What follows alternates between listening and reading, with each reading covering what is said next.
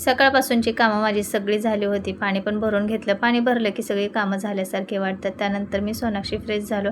आम्हाला जायचं होतं मार्केटमध्ये. दळण पण ठेवायचं होतं, भाजी आणायची होती. एकदा खाली गेलं की खालची सगळी कामं करूनच वरती यावं वाटतं. वरती आलं की परत खाली जायचा कंटाळा येतो. तरी दळण आणायला संध्याकाळी जायचं होतं. म्हटलं आता भाजी पण घेऊन येते आणि मी आवरलं की सोनाक्षीने पण आवरलं. ते म्हणतात ना, आई जसं करते तशी मुलगी शिकत असते आणि वडिलांचं मुलगा शिकत असतो.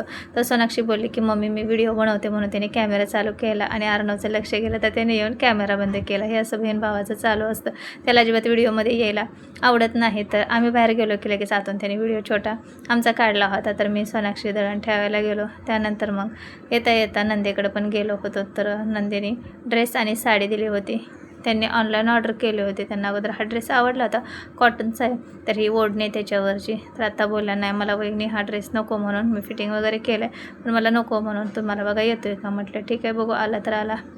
तर मी आणखीन घालून नाही बघितलं. तर असा ड्रेस आहे, छान आहे. म्हटलं बघू नंतर घालून बघते, आला तर ठीक, नाही तर मग फिटिंग वगैरे करावी लागेल.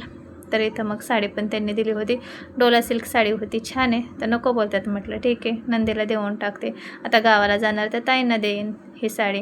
त्यानंतर संध्याकाळी जेवणामध्ये वरण भात, भाकरी, अंड्याची चटणी असं स्वयंपाक करायचा होता. तर इथे भाकरी करून घेतल्या, भात डाळ पण लावून घेतली. आणि संध्याकाळी जर स्वयंपाक करायचं म्हटलं की नको वाटतं.